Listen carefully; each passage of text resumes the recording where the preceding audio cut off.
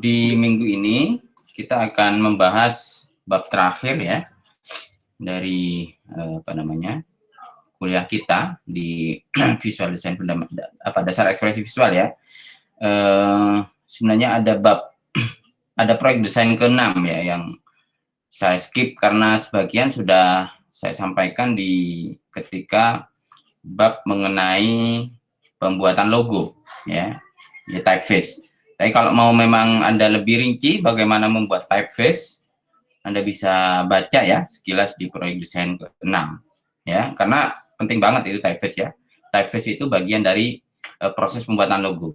Hampir semua logo perusahaan ataupun kampus yang bagus ya, itu biasanya didesain menggunakan model atau tipe font sendiri. Kayak ITS misalkan itu tulisan type fontnya itu sendiri ya, pens itu nggak ambil dari orang yang sudah buat, enggak. Jadi rata-rata itu dia membuat sendiri dengan konsep yang konsisten seperti yang saya sampaikan, bagaimana bracketnya, kemudian bold-nya itu ya, kemudian stroke-nya, tebal tipisnya dan sebagainya.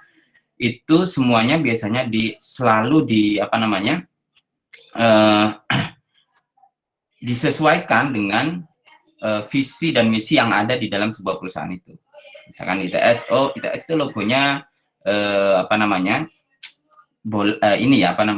gerigi dengan Tugu Pahlawan misalkan ya. Pasti sesuatu karena gerigi ya, biasanya sesuatunya itu yang yang lancip, yang kokoh gitu ya. Dan seterusnya, makanya tulisannya itu ITS dan kepanjangannya itu secara karakter dia semacam kayak pedang begitu ya, sesuatu yang mekanis dan lancip ya, dan biasanya itu dieksplorasi udah banyak dari hal-hal semacam itu ya. Begitu yang pens, karena logonya itu adalah teratai, maka dia meliuk ya, kurva linier dan seterusnya dan sebagainya. Jadi pendekatan typeface atau tulisan font itu sangat berpengaruh terhadap kondisi logo. Nah, cara membuat bagaimana typeface yang baik dan sebagainya mungkin dibahas di proyek desain ke-6 yang bisa Anda baca di bukunya Alan itu ya. Karena pertemuannya kurang, jadi karena ini sudah sebenarnya pertemuan ke-15 sudah ya. Padahal teori itu mestinya cuman 14 gitu ya. 15 itu bisa tambahan ya, baru 16-nya itu UTS atau WAS ya, WAS ya kalau 16-nya, kalau UTS-nya 8 ya. Baik, di proyek akhir ini, di materi terakhir ini saya akan sampaikan tentang digital montase dan kolase ya, montage and collage ya. Oke. Di bab ini ya, di bab terakhir ini kita akan banyak menggunakan Photoshop atau mungkin tools yang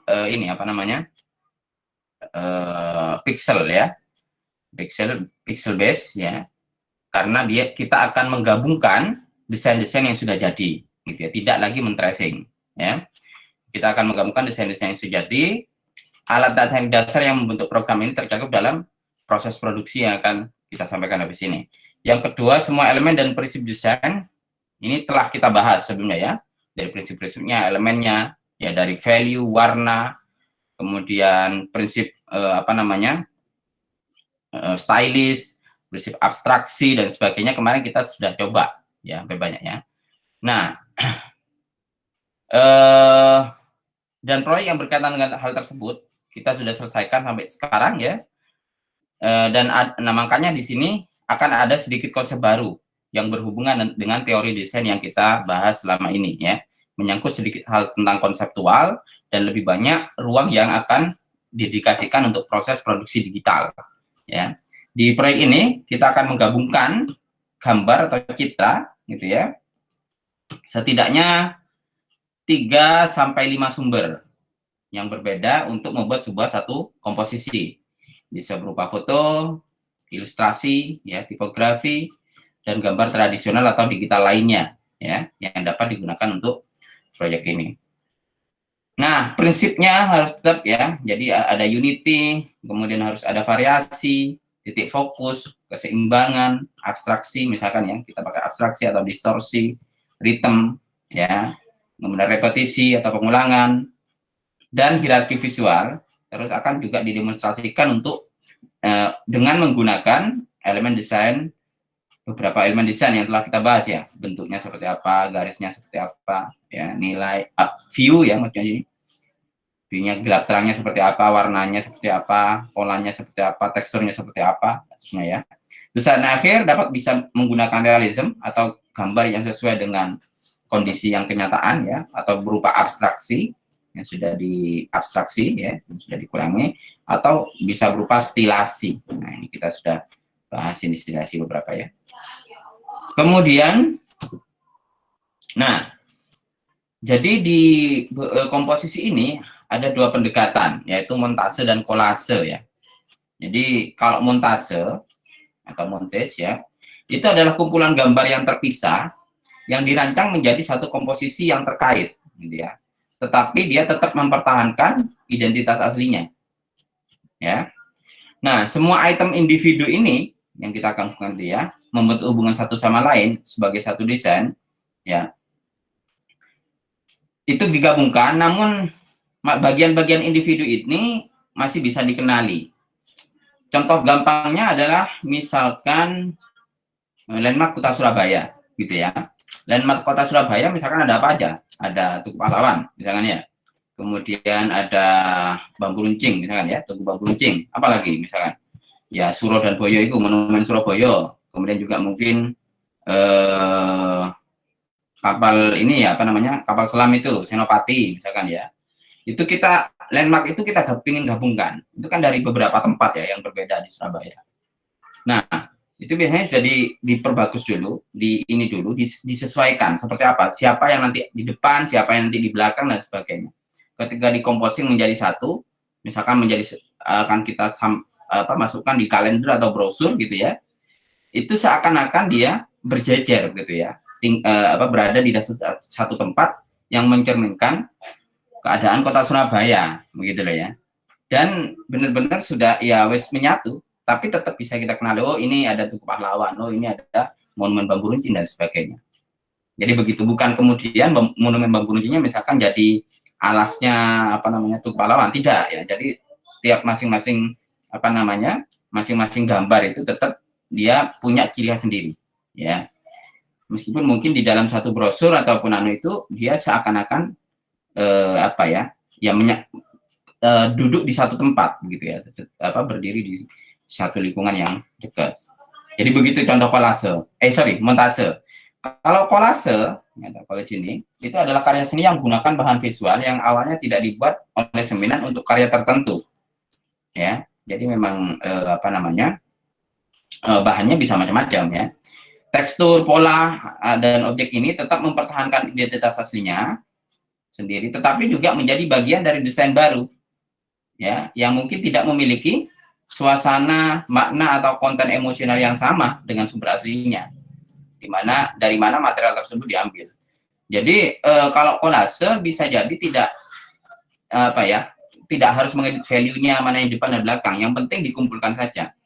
Ya sama kalau kalian waktu SD mungkin atau SMP disuruh membuat kolase apa namanya, gambar daun misalkan dari biji-bijian, kamu udah ambil dari biji apa namanya, ini misalkan apa, kacang panjang gitu ya, apa namanya, biji ini ya, kacang hijau ya misalkan ya, dari biji ini apa bunga matahari misalnya sebagainya, untuk membuat sebuah kolase gambar bunga misalkan, atau kolase gambar hewan dan sebagainya. Itu kan bahannya itu ya tetap dari situ, nggak sampai dicat dan sebagainya ya. Jadi tetap mempertahankan identitas aslinya dan membentuk pola gitu ya, pola tertentu yang kita kompos menjadi satu. Itu kalau manual, kalau biji-bijian dan sebagainya. Tapi kalau digital ya bisa jadi kayak clipping, itu juga bisa kita asumsikan sebagai kolase ya, clipping apa koran misalkan ya, gambar apa dan seterusnya ya. Beberapa contoh akan saya kasihkan di sini. Jadi perbedaan dasar antara montase dan kolase adalah kalau montase berasal dari berbagai bagian, berbagai dari sumber dan dia biasanya di-adjust dulu ya, kemudian dikompos menjadi satu. Kalau kolase, bahan-bahannya itu biasanya dikumpulkan dari berbagai hal yang berbeda-beda. Bisa jadi kalau misalkan montase ya, dari beberapa foto, kalau kolase bisa jadi berbeda-beda, misalnya di koran dan sebagainya, yang memang sumber aslinya bisa jadi nuansa dan maknanya berbeda gitu ya. Bahkan mungkin kertasnya dan sebagainya itu berbeda, tetapi dia disatukan karena satu tema tertentu gitu ya, tema tertentu. Meskipun mungkin guntingannya dan sebagainya itu masih tidak sehalus yang montase gitu ya. Baik, kedua jenis ini, montase dan kolase, ini adalah contoh baik dari teori Gestalt yang sudah kita bahas ya di bab 2 kemarin ya. Apa itu Gestalt, silakan buka lagi di bab 2. Nah, keduanya serupa karena menggabungkan elemen dari yang berbeda ke dalam satu komposisi. Ya, kalau Gestalt itu kan kemarin dicontohkan yang bendera Amerika gitu ya, dibangun dari beberapa apa namanya, slogannya, ada freedom, ada demokrasi dan sebagainya, membentuk sebuah bendera Amerika itu ya, dan beberapa contoh lainnya yang kemarin gitu ya. Nah, elemen-elemen ini mempertahankan integritasnya sendiri sambil menjadi bagian yang dapat dikenali dari seluruhan desain. Dalam montase misalkan ya, gambar asli dibuat terlebih dahulu. Nah ini ya, jadi ini perbedaan juga. Gambar aslinya dibuat lebih dahulu dengan tujuan menjadi bagian dari desain akhir. Jadi di adjust dulu, disesuaikan dulu, baru nanti dikompos. Namun dalam kolase, gitu ya, gambar yang sudah ada sebelumnya itu, sebelum komposisi desain akhir, tanpa dimaksudkan menjadi bagian dari desain yang lebih besar, desain komposisi itu ya. Bahan yang digunakan oleh kolase sering ditemukan dari kumpulan serangkaian objek atau tekstur dari berbagai sumber. Jadi dikumpul aja asalkannya ini menjadi satu tema, misalkan apa gitu ya, hari apa misalkan hari dinas misalkan ya, ambil dari beberapa menjadi sebuah kolase yang mencerminkan nuansa hari pendidikan nasional, kan semacam itu ya. Ini contoh gampang antara kolase dan montase. Coba Anda perhatikan yang kolase di sini. Nah, ini contoh yang paling gampangannya ya. Jadi temanya misalkan apa nih? Yang revolusioner ya. Nah, sebagainya. Coba jadi memang sumbernya bisa macam-macam ini. Karena seninya di situ gitu loh ya. Jadi misalkan ini kok apa guntingnya kayak gini Mbak ya, karena memang seninya di situ ya. Jadi dari misalkan ini dari apa ini? Koran atau mana ya, kemudian gambar anak kecil ini dari berbagai sumber yang berbeda juga dan sebagainya. Begitupun yang lain ya. Nah, ini di apa namanya? Mungkin di majalah atau brosur ya, di apa ini ya, brosur Cina ya kelihatannya ya, dan sebagainya. Begitupun yang ini yang agak lebih halus mungkin ya, meskipun sumbernya berbeda ya. Kemudian montase, nah montase ini, jadi misalkan sumbernya ada berapa ini, ada satu misalkan ya, kemudian benteng, kemudian tower dan sebagainya.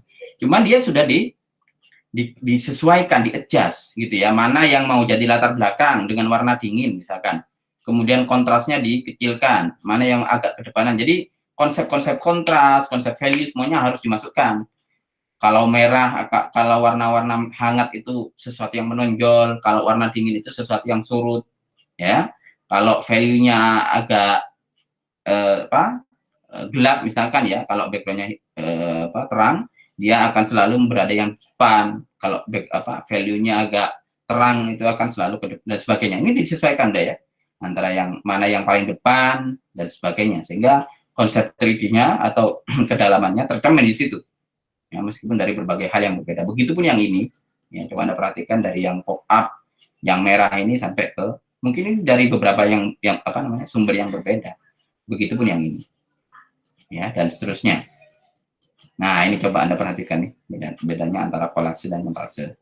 Gitu ya. Jadi kalau montase, jika foto atau visual lainnya dibuat secara terpisah dengan maksud digunakan untuk proyek ini. Kalau kolase, jika bahan yang digunakan adalah dari beberapa foto pilihan atau bahan visual lainnya yang awalnya memang tidak dimaksudkan untuk menjadi satu desain. Jadi dicomot aja, digabungkan, kemudian disesuaikan gitu ya. Kira-kira begitu. Nah, contoh juga karya kolase. Nah, ini ya, yang menggunakan filter Photoshop. Jadi di filter Photoshop itu kan banyak itu, kalau Anda Lihat ya. Jadi bisa ada manipulasi, ada inversi, softing, hardness ya kalau nggak salah tadi ya, di toolsnya dia, kemudian blur, kemudian penambahan efek ya, dan lainnya. Ya. Nah, seperti apa, bagaimana dan kapan menggunakan filter itu? Ya, itu adalah masalah pribadi kita, juga seperti apa ya. Dan ditentukan oleh seberapa tepat penggunaan filter tertentu dalam meningkatkan atau mempengaruhi komunikasi desain itu. Ini contoh adalah filter inversi ya, atau kebalikan ya. Kalau dulu zaman apa namanya foto masih manual itu ya, masih pakai film, biasanya kita akan punya inversinya, punya filmnya itu ya untuk dicuci ya. Nah ini hari ini mungkin sudah nggak ada film apa namanya foto film itu ya. Nah cuman konsep inversi ini masih dibuat sebuah karya desain yang menarik. Misalkan juga tentang apa filter sepia misalkan ya, gambar sepia atau gambar-gambar sesuatu yang lampau. Itu kan butuh filter ya. Misalkan Anda mau membuat sebuah foto atau konsep kota lama misalkan ya. Apa ini misalkan Surabaya Tempo dulu atau apa seperti itu ya. Jadi kita kan harus meskipun mungkin fotonya sudah direstorasi, sudah diperbaiki ya, tetap konsepnya harus tetap sesuatu yang lampau, sesuatu yang ada saat itu gitu ya.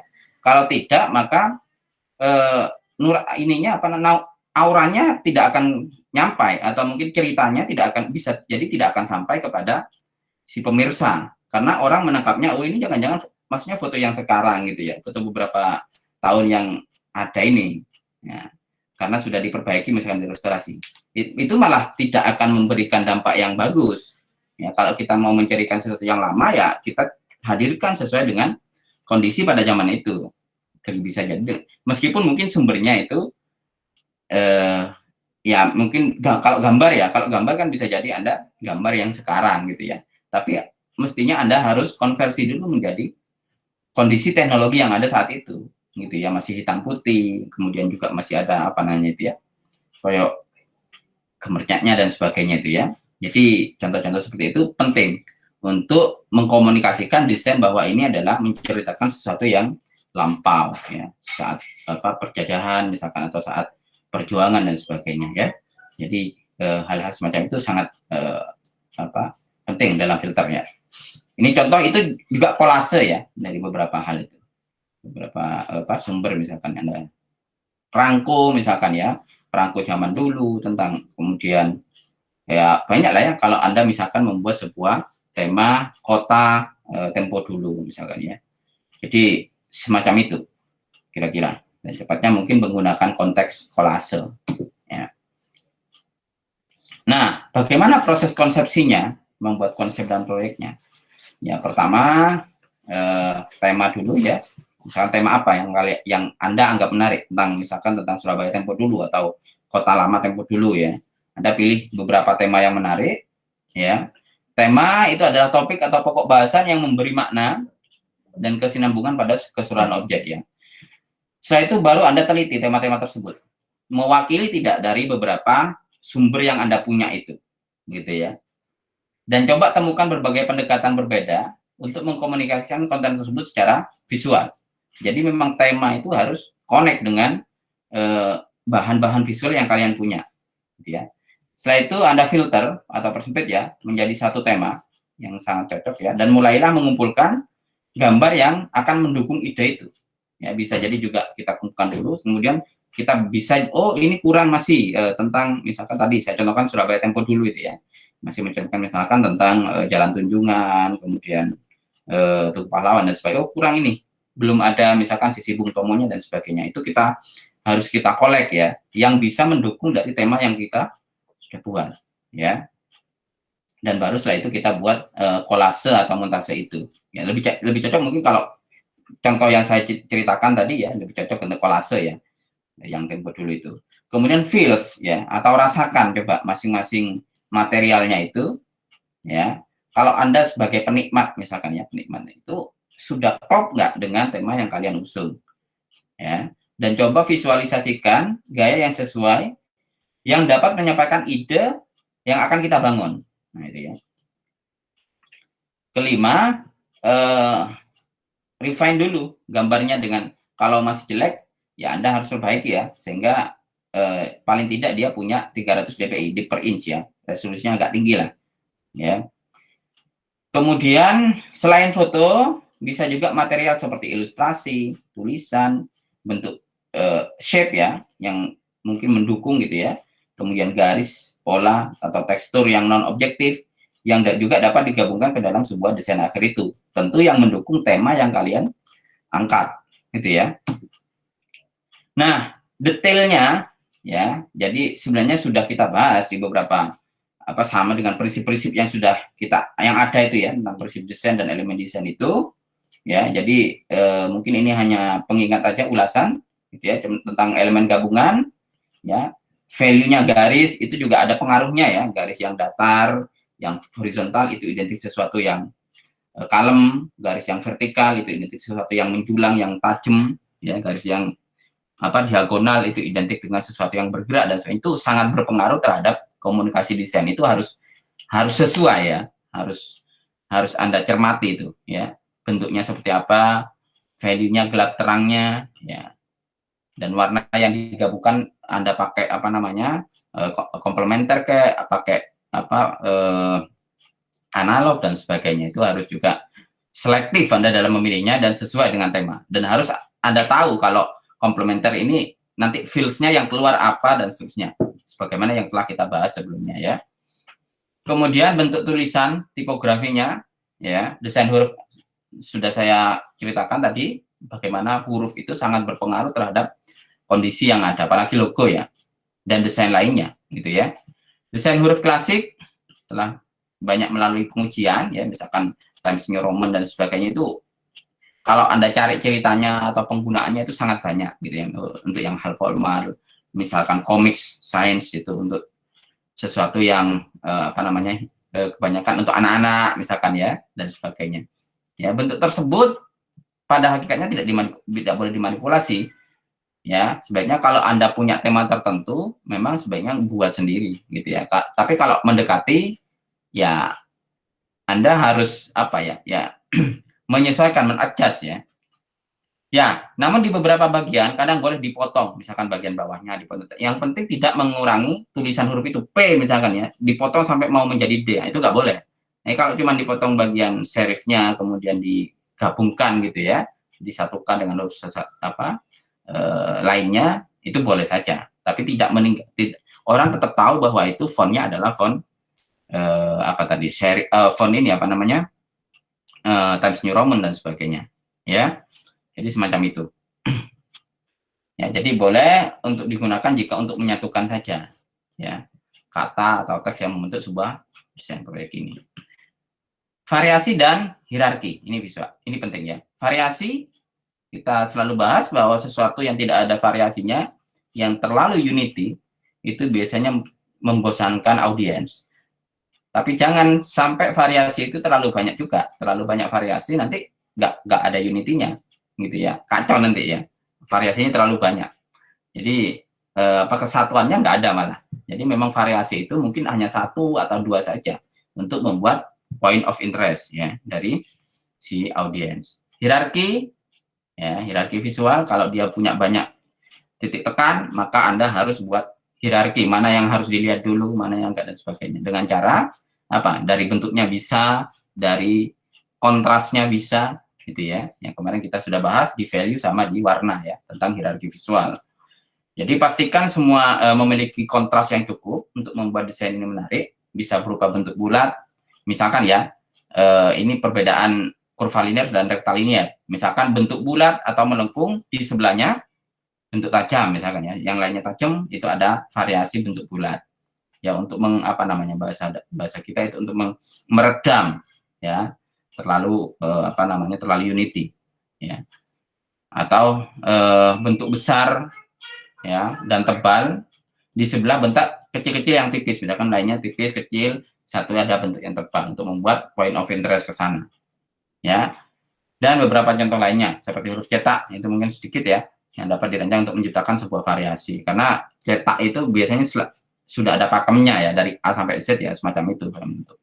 Tapi bisa juga kita buat variasi ya.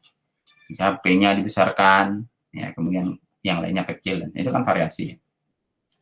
Kemudian terkait dengan warna, value, dan kedalaman, ya, ini kita bahas di 2 bab terakhir, ya. Jadi ilusi kedalaman itu sangat dapat dicapai dengan menggunakan prinsip-prinsip ini, ya, secara umum, ya, yang telah kita bahas. Value yang lebih gelap memiliki kecenderungan untuk surut. Contoh yang tadi, ya, dan value yang lebih terang itu dia akan pop up, kerasa pop up ke depan, ya. Seperti yang contoh barusan yang saya kemukakan foto yang tadi itu, ya. Jadi value yang gelap biasanya ditaruh di belakang. Kalau backgroundnya gelap, ya. Nah, kalau backgroundnya terang ya sebaliknya, ya. Jadi yang value yang gelap itu yang kita tambahkan ke depan. Jadi tergantung backgroundnya sebenarnya, ya. Warna dingin itu akan menciptakan sesuatu yang surut. Warna dingin, warna biru dan sejenisnya, biru, ungu dan sebagainya, itu cenderung akan surut ke belakang. Sedangkan warna hangat, ini prinsip yang kemarin, ya, dia akan menciptakan rasa muncul atau pop up. Makanya yang sesuatu yang Anda anggap itu di depan, itu mestinya, ya, mestinya harus didesain dengan warna merah, orange dan sejenisnya, warna-warna panas, ya. Nah, bentuk dengan value dan warna yang lebih kontras, ya, akan nampak maju dan memberi jarak yang lebih jauh antara foreground sama background. Foreground ini latar depannya, ya, background itu latar belakangnya. Sebaliknya, bentuk yang kontras yang sedikit, ya, kontrasnya sedikit, misalkan ini putih gitu, ya, kemudian objeknya ini adalah kuning kemarin contohnya, ya, maka dia akan tampak jatuh ke background seakan-akan, dan kedalaman di antara dua bentuk itu akan dangkal. Makanya kalau ini kuning, ini putih gitu, ya. Nah, antara background sama foreground dia akan kelihatan dekat, ya. Dia foregroundnya akan jatuh ke background, itu bahasanya di buku itu. Makanya seakan-akan antara foreground sama background itu dangkal gitu, ya. Berbeda dengan sesuatu yang kontrasnya tinggi. Misalkan backgroundnya adalah hitam, ya, kemudian foregroundnya adalah putih misalkan, ya. Nah, kalau kontrasnya begini antara hitam dan putih atau ungu sama kuning dan sebagainya, ya, atau sesuatu yang yang berseberangan di dalam roda warna itu yang komplement gitu, ya, dia akan menciptakan warna, memberikan jarak lebih jauh, ya, memberi jarak lebih jauh di antara foreground sama background itu, ya. Dia dan objeknya dia akan tampak lebih maju. Ini yang bagian ininya dia akan lebih ke depan kalau memang backgroundnya kontras gitu, ya. Kemudian yang berikutnya adalah transparansi dan transluensi. Sebenarnya ada perbedaan ini, ya. Kalau Anda mau menceritakan, mau mengkomunikasikan ke audiens terkait dengan bagian belakangnya saja, tapi tetap melibatkan yang depan ini, maka sebaiknya Anda pakai transparansi. Tapi kalau Anda mau komunikasinya antara foreground sama background sama-sama mau disampaikan dua-duanya, ya, tentu ada reduksi di sini, ya. Maka sebaiknya Anda pakai transluensi. Makanya di sini adalah transparansi itu terjadi ketika suatu objek itu dapat dilihat langsung melalui objek lain, di mana objek di latar depannya itu hampir tidak terlihat, ya, kayak gini, ya, mika atau kaca ini, ya, kita hampir tidak lihat karena yang mau dikomunikasikan adalah belakangnya. Sedangkan transluensi, ya, transluensi itu adalah saat objek dapat dilihat melalui sebuah objek lain yang memungkinkan bentuk atau objek itu di latarnya dapat dilihat secara bersamaan. Nah, itu, ya. Tetap. Jadi ini juga penting. Komunikasi apa yang mau Anda sampaikan. Kalau hanya frame misalkan, ya pakai transparan. Kalau Anda mau menceritakan dua bagian, ya, maka Anda sebaiknya pakai transluensi semacam ini, ya. Ini beda antara transparansi dan transluensi, ya. Kemudian sama dengan value, warna ataupun huruf cetak, ya. Cara terbaik untuk memvisualisasikan semua elemen bersama-sama adalah dengan melihat semua materi referensi sekaligus dikumpulkan gitu, ya. Dilihat dulu secara bersamaan cocok nggak dengan tema yang kita usung, ya. Dan membuat sketsa thumbnailnya kalau memang Anda mau ambil dari sketsa misalkan, ya. Thumbnail dulu yang menggabungkan semua materi. Ini adalah cara yang tepat, ya, untuk memvisualisasikan beberapa opsi dan menganalisis hubungannya antar satu elemen. Oh, ini cocok nggak tadi misalkan gambar Tugu Pahlawan dengan gambar bambu runcing dan sebagainya, cocok enggak apa namanya value-nya, warnanya, temanya satu semangat tidak dengan tema yang kita usung gitu ya. Ini yang dimaksud dari poin ke-8 ini ya, bisa dikumpulkan dulu. Kemudian setelah itu baru kita proporsikan.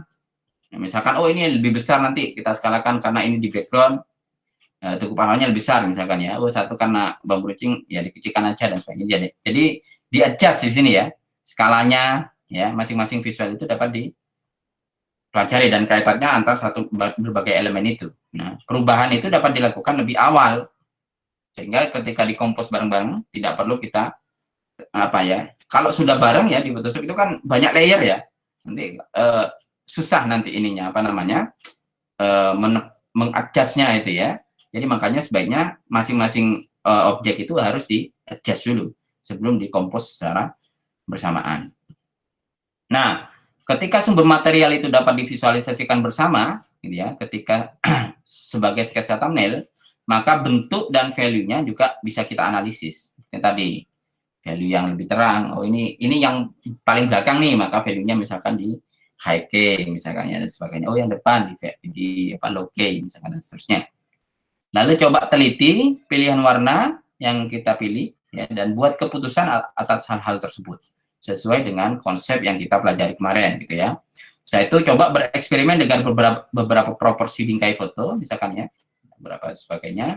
Kemudian bereksperimenlah dengan value dan skema warna yang berbeda-beda, dari triadik, dari monokromatik misalkan, oh saya coba triadik, saya coba apa komplementer, analog dan lain sebagainya ya.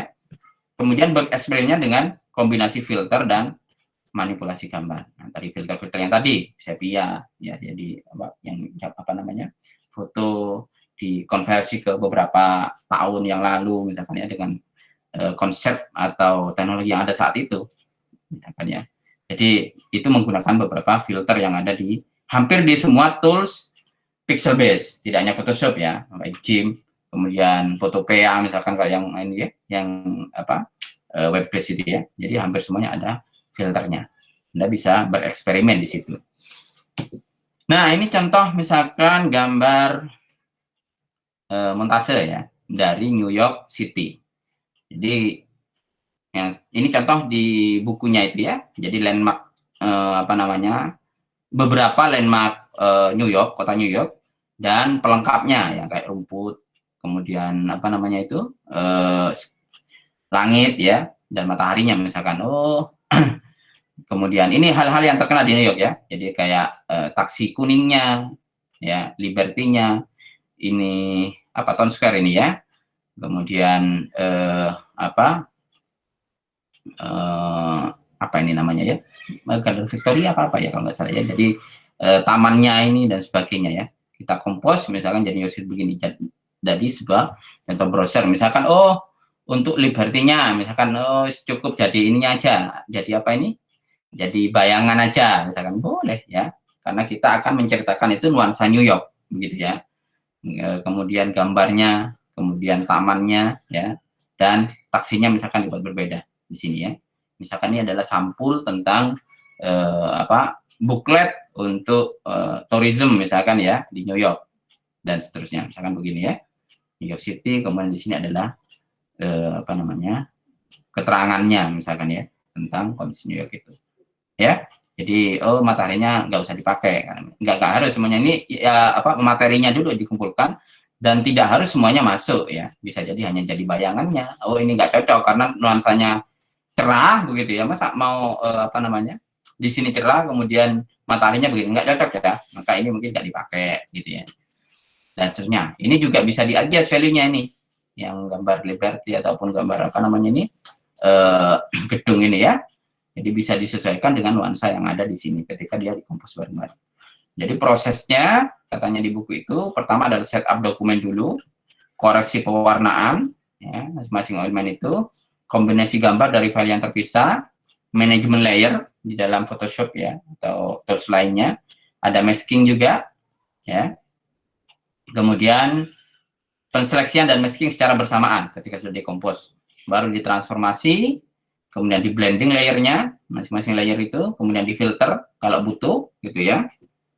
Kemudian teksnya, Apa yang kira-kira misalkan temanya ini, oh pemilihan teks ini harus juga dianalisa ya. Apa yang cocok dengan teks yang ada. Ya, baru setelah itu finishing design dan print out kalau memang tujuannya adalah menjadi majalah dan sebagainya ya. Jadi butuh print out. Kalau digital ya sampai di sini. Ya. Coba Anda lihat di detail baiknya di halaman 317 itu ya. Contoh pembuatan ini. Secara foto seperti apa? Itu Anda bisa lihat di buku PDF di halaman 317. Nah, jadi kesimpulannya ya dari materi ini adalah saat kita membuat keputusan desain, maka gaya pribadi itu akan mulai muncul. Ini kemarin juga saya sampaikan yang ini ya. Nah, preferensi untuk membuat sebuah materi konsep dan sebagainya di sini itu hanya awalan. Yang akan menjadi kunci adalah Anda harus memperbanyak jam terbang gitu ya, memperbanyak sering melakukan praktis dan sebagainya. Maka eksplorasi konsep lain untuk menambah perspektif desain. Misalkan Anda sudah sering memakai abstraksi misalnya, coba yang stylish, ya, coba yang non objektif misalkan ya dengan konsep-konsep itu. Ya, jadi harus diasah nih. Dan pertanyaan-pertanyaan ini penting. Misalkan jenis komposisi apa yang kita sukai? Asimetris atau simetris? Lebih suka. Ya, bentuk tertutup atau open loop atau close loop? Ya. Close loop atau open loop misalkan di sini ya. Apakah kita menggunakan sebagian besar bentuk yang lengkung atau kurva linear atau yang bujur sangkar atau yang rektilinear dalam sebuah proyek-proyek yang sudah Anda lakukan itu. Apa arah garis yang dominan yang kita gunakan? Horizontal, vertikal, atau diagonal dengan kesan yang masing-masing berbeda gitu ya. Apakah kita memiliki preferensi untuk desain yang menekankan unity, kesatuan, atau variasi? Lebih suka yang mana di sini ya? Kemudian apakah kita bereksperimen dengan low key value atau high key value? Nah, ini tentang preferensi semua ya. Preferensi itu muncul ketika kita sering melakukan praktis ya, sering melakukan mengkonsep dengan baik gitu ya, tidak hanya mengkonsep tanpa latar yang baik, tanpa alasan yang serius ya. Jadi harus ada alasannya semua.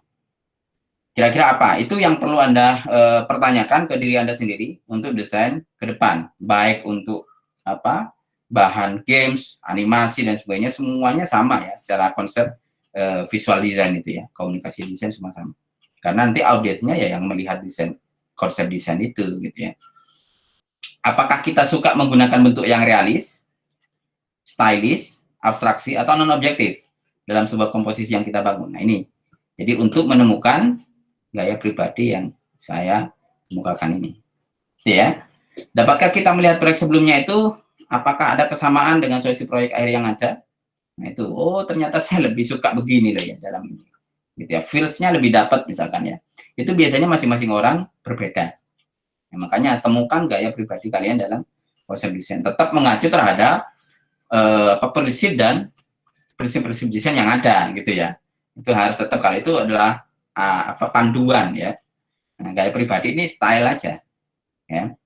Jika kita meluangkan waktu dan energi untuk menyelesaikan proyek-proyek dalam buku ini, katanya dia itu semuanya ya, dan mempelajari teori dan konsep secara menyeluruh, maka kita akan memiliki background mendasar tentang apa yang kita bangun. Tidak asal pasti. Kalau Anda benar-benar ketika membuat sebuah proyek itu, oh ini begini tuh ya, ini ada non-linear ternyata begini, dari yang dari yang abstraksi menjadi non objektif misalkan. Sehingga suatu saat misalkan Anda disuruh membuat sebuah, saya buat saya membuat monumen misalkan ya, ini cocoknya pakai non objektif nih misalkan ya, apa aja misalkan tentang monumen yang terkenal ya, kalau di misalkan di Ngawi itu yang di lagunya Kartonyono itu ya, monumennya itu yang terkenal itu ya, Kartonyono itu ya. Jadi misalkan itu ya, saya nggak tahu itu dari bahan apa. Jadi yang jelas itu non objektif ya. Jadi yang mencerminkan kondisi di kota itu. Misalkan juga Anda nanti di Madura misalkan ya, dari celurit misalkan ya. Tentu kalau celurit dibuat non objektif itu seperti apa gitu ya. Sehingga tidak orang melihat itu tidak, wah celurit kayak biasanya celurit ya, tidak. Tapi dia butuh memikirkan, melihat karya seninya yang non objektif itu ya dari berbagai perspektif gitu. Jadi itu yang dimaksud di sini. Ya, jadi Anda coba pahami, kalau belum paham biasanya Anda ulang lagi, coba dibaca lagi, diterjemahkan secara menyeluruh terkait dengan apa? Dengan bab-bab yang sudah ada di buku itu ya.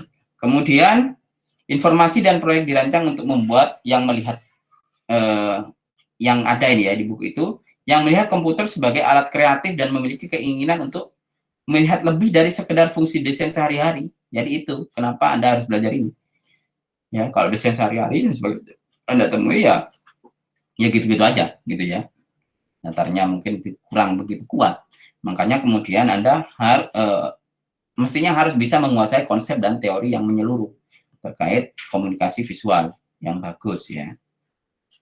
Kemudian konsep pembacaan dan implementasi proyek ini tidak mudah. Ya. Hal tersebut mencerminkan pekerjaan yang akan kita hadapi sebagai seorang desainer. Ya. Desain itu tidak selalu menyenangkan mungkin ya, tidak selalu sama orang awam misalnya atau semuanya. Tetapi jika kita mencoba mengikuti cita-cita yang ada, ya, misalkan tadi tentang ini konsepnya sudah jelas, Anda mau pakai non objektif dan sebagainya dari berbagai sumber, nanti seperti apa, secara konsep jelas ya. Nah, kita akan menemukan tantangan nanti kalau kita bangun dari konsep-konsep yang itu gitu ya. Kita bisa menyampaikan kenapa. Nah, karena perspektif itu bisa jadi terus berjalan, perspektif orang ya. Kalau dulu orang lebih suka yang simetris kanan kiri, sekarang lebih suka yang asimetris. Padahal bagi orang dulu geli bahasanya kalau lihat sesuatu yang asimetris, yang terlalu ke kiri atau ke kanan ya. Tapi ternyata hari ini desain-desain itu banyak yang asimetris gitu ya. Coba logo saja yang paling gampang. Kalau logo dulu ya kalau nggak bundar kotak, ya nggak. Coba logo-logo sekarang gitu ya. ITS misalkan itu hampir asimetris itu kayak gini ya. Ini logonya, kemudian ini ITS begitu ya. Itu kan asimetris itu ya. Coba yang lain juga dan seterusnya. Nah, ternyata perspektif itu juga dipengaruhi dengan kondisi orang, bagaimana melihat sesuatu itu secara dari berbagai perspektif ya. Mungkin juga dipengaruhi dari banyak hal. Nah, itu karena cipta dan rasa karsa manusia itu selalu berjalan dan berkembang begitu ya.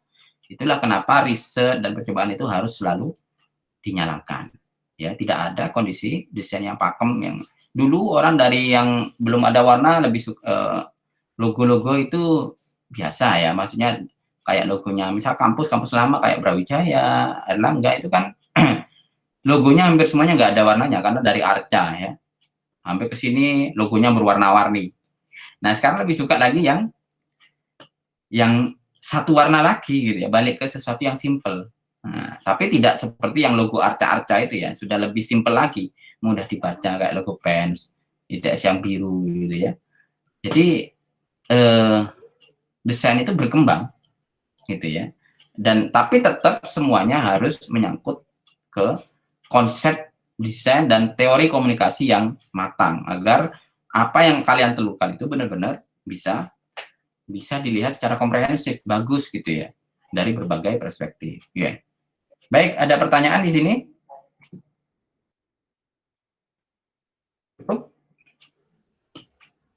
Saya, Pak. Ya, silakan Ibrahim.